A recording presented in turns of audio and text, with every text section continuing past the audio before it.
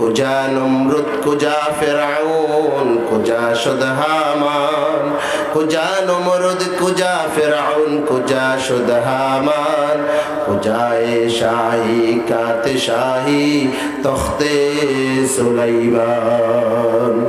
ফেরাউন ছিল, নমরুদ ছিল, সুলাইমান আলাইহিস সালামের একটা তক্তা ছিল, যেই তক্তা বিনা তেলে, বিনা ডিজেলে, বিনা অকটেনে চলতো। সুবহানাল্লাহ। যেই তক্তার মধ্যে কোনো ইঞ্জিন ছিল না, কোনো তেল লাগতো না। সকাল বেলা 1 মাসের পথ উঠে যেত, বিকাল বেলা আবার 1 মাসের পথ উঠে যেত, উঠে আসতো। ওই তক্তার মাঝে একসাথে 12.5 লক্ষ লোক বসতে পারতো। সুবহানাল্লাহ। তেল লাগতো নি, ডিজেল, অকটেন, পেট্রোল, কেরোসিন কিছু লাগতো না, কোনো তার টান নাই, এটা চলতো। সকাল 1 মাসের পথ যাইতো, বিকেল বেলা 1 মাসের পথ পাড়ি দিয়ে চলে আসতো। একসাথে 12.5 লক্ষ লোক বসতো। কিন্তু উপরে কোনো সানি ছিল না, সামিয়ানা ছিল না। সামিয়ানার ব্যবস্থা ছিল, আল্লাহ কুদরতি ব্যবস্থা করছে। ওই সামিয়ানাটা ছিল সুলাইমান আলাইহিস সালামের কথা পাখিরা শুনতো, জিনেরা শুনতো, সবাই শুনতো। সমস্ত পাখিরা তাদের ডানাগুলো বিছাইয়া এই তক্তার উপরে তারা সামিয়ানার ব্যবস্থা করে দিয়েছে। সুবহানাল্লাহ। এখন সবাই কমে যাচ্ছে, সংক্ষেপ করে বলতে হচ্ছে। সুলাইমান আলাইহিস সালাম যখন একদিন একটা উপত্যকার উপর দিয়ে আসতেছেন, একটা মরুভূমির উপর দিয়ে আসতেছেন, আমি আগে বলছি তার কথা পাখিরাও শুনতো, পিপিলিকেও শুনতো, জিনেরাও শুনতো। উনি আসতেছেন, আসার সময় হঠাৎ করে একটা উপত্যকার উপর দিয়ে যখন আসতেছেন, তখন পিঁপড়ারা দেখছে ওনারে। কারে? সুলাইমান আলাইহিস সালাম রে। উনি ছিলেন বাদশাহ। কি ছিলেন? বাইতুল মুকাদ্দাস উনি বানিয়েছেন, কোন মানুষ ব্যবহার করেন নাই। কাদেরকে দিয়া? জিনদেরকে দিয়া। দেখছেন কেমন ক্ষমতাদার, কেমন শক্তিশালী বাদশাহ ছিলেন তিনি। এখন উনি আসতেছেন, আসার সময় পিপিলিকারা যখন দেখলো, তারা বলা বলি করতেছে, হাত্তা ইযা আতাউ আলা ওয়াদিন নামল ক্বালাত নামলাতুন ইয়া আইয়ুহান নামলু উদখুলু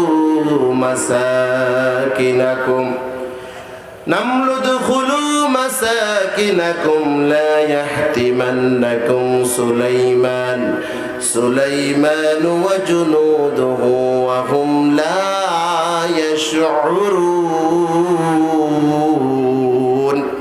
তারা বলতেন যে, পিপিলিকারা বলতেছে যে সুলাইমান তার বাহিনী লই তক্তা লই আইয়ের, এখানে নামলে অবতরণ করিব, বিমান ল্যান্ড করতে। আধুনিক বিমানের চেয়েও সুলাইমান সালামের তক্তার ধারণ ক্ষমতা, এটার আপনার গতি আরো বেশি ছিল। সুবহানাল্লাহ। বললেন যে এরা আসতেছে, এটা এখানে নামলে, ও পিঁপড়ারা, ও পিঁপড়া ভাইরা, সবাই গর্তে ঢুকো, কোথায় ঢুকো।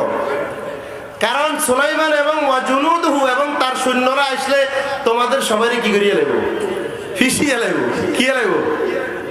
তখন এই কথাটা শুনলেন একজন জিন, কল ইফরিতুম মিনাল জিন। একজন জিন শুনলো, শুনি যাইয়া সুলাইমান নবীরে বলে দিল, নবী গো, ওই যে পিঁপড়াদের রাজা, তারা আপনার বিরুদ্ধে কথা বলতেছে।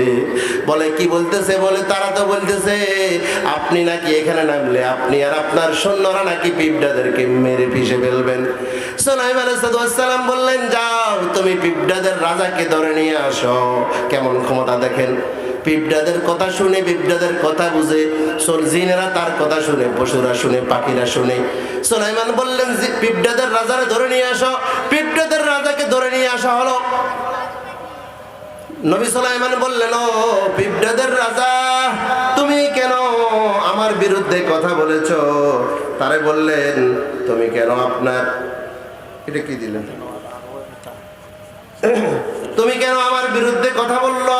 তুমি কেন আমার বিরুদ্ধে কথা বলছো? বললেন, বলে রাজা, আপনি যেহেতু আমারে ডেকেছেন, আপনি তো আমাদের বাদশাহ, আমাদের রাজা, কিন্তু আমি যদিও পিপিলিকা হই, আমার নাম যদিও পিঁপড়া হয়, আমিও তো একটা গোষ্ঠীর রাজা। সুবহানাল্লাহ। সুলাইমান কয়, কি বলবে তুমি? কয় না, কোন নবী গো সুলাইমান, আপনি যা বলবেন সব শাস্তি আমি মেনে নেব, তবে আপনার কাছে আমার একটা আর্জি। আপনি তো আপনার চেয়ারে বসছেন, সিংহাসনে বসছেন, আমিও তো রাজা, আমারও তো একটা সিংহাসন আছে, আমার কি বসার জায়গা টাকা দিবেন না? সুবহানাল্লাহ। বলতে আমার একটু জায়গা দেন না। কে কয়? হিমবে কয় হিমবে পিপিলিকার রাজা আমার একটু বসার জায়গা দেন। নবী সুলাইমান কয় রে পিঁপড়াদের রাজারে জায়গা দে। কয় না না না, আমি দুনিয়ার কোনো রাজা দুনিয়ার কোনো চেয়ারে আমি বসতে চাই না, আমি এই মুহূর্তে বসতে চাই আল্লাহর নবী সুলাইমানের হাতের উপরে। সুবহানাল্লাহ। নবী সুলাইমান কয় আচ্ছা যাক, একটা পিঁপড়া কইছে দে দে দে উঠ উঠ, আমার হাতের উপরে উঠছে। উঠার পরে পিঁপড়াদের রাজা বলছে নবী সুলাইমান আপনি তো গোটা পৃথিবীর বিশাল অংশ শাসন করেন, জেনেরা আপনার কথা শুনে, পশু পাখি আপনার কথা শুনে, পিপিলিকারা আপনার কথা শুনে, আমিও তো রাজা, কিন্তু দুনিয়ায় যত রাজার সিংহাসন আছে আপনি নবীর সিংহাসন সহ যত নবীর চেয়ার বসার চেয়ার আছে সব চেয়ারের চাইতে দামি চেয়ার হলো আমার চেয়ার। সুবহানাল্লাহ। কয় কি কইলা এটা? কয় না এই মুহূর্তের জন্য, এখন আমি যে চেয়ারে বসছি এই চেয়ার আপনার চেয়ারের চাইতে দামি। সুবহানাল্লাহ। কারণ আমি বসছি আল্লাহর নবী সুলাইমানের হাতের উপরে, এইটাই আমার চেয়ার। সুবহানাল্লাহ। কয় দে আমার কিয়া কইবে? তখন সুলাইমান আলাইহিস সালাম কয় তুমি যে আমার বিরুদ্ধে অভিযোগ দিলা এটা কি? আগে কথা এটা কইছি, এখন যখন সে বলছে যে আপনার সিংহাসনের চাইতে আমার সিংহাসন দামি, আমি আপনার চাইতে উত্তম সিংহাসনের উপর বসছি। নবী সুলাইমান তখন রাগ টাগ সব শেষ, তিনি একটা কি হাসি দিলেন, মুস্কি হাসি কি, ফাতাবাসসামা দাহিকাম মিন কওলিহা। পিঁপড়াদের রাজার কথা শুনে ক্ষমতা ধরে তো শক্তিশালী রাজা সুলাইমান একটা মুস্কি হাসি দিলে, ওয়াকালা রাব্বি আউজিনি আন আশকুরা নি'মাতাকা আল্লাতী আন'আমতা আলাইয়া ওয়া আলা ওয়ালিদাইয়া ওয়া আন আ'মালা সালিহান তারদা ওয়াদখিলনি বিরহমাতিকা ফি ইবাদিকাস সালিহিন। এত বড় রাজা হওয়ার পরেও মনে করো অহংকার আসে নাই, গর্ব আসে নাই, ক্ষমতার বাহাদুরি আসে নাই। নবী সুলাইমান বললেন ও পিঁপড়াদের রাজা আজকে তুমি আমার এমন কথা শুনাইলা আমি তোমার কাছে ধরা খেয়ে গেলাম। তুমি আমিও বাচ্চা তুমিও বাচ্চা, তোমার সিংহাসন আসলেই তো দামি। আমি যেহেতু নবী আমার চেয়ারের চাইতে আমার হাতের মর্যাদা আল্লাহর কাছে বেশি। ও পিঁপড়াদের রাজা তুমি আমার এমন শিক্ষা দিলা, তোমার কোনো বিচার টিচার নাই। তিনি আল্লাহর কাছে বললেন আল্লাহ গো আমি তোমার শুকরিয়া আদায় করি, তুমি আমার যত নিয়ামত দিছো, আমার আব্বা আম্মার যত নিয়ামত দিছো, ওয়া আনা আমালা সালিহান তারদা।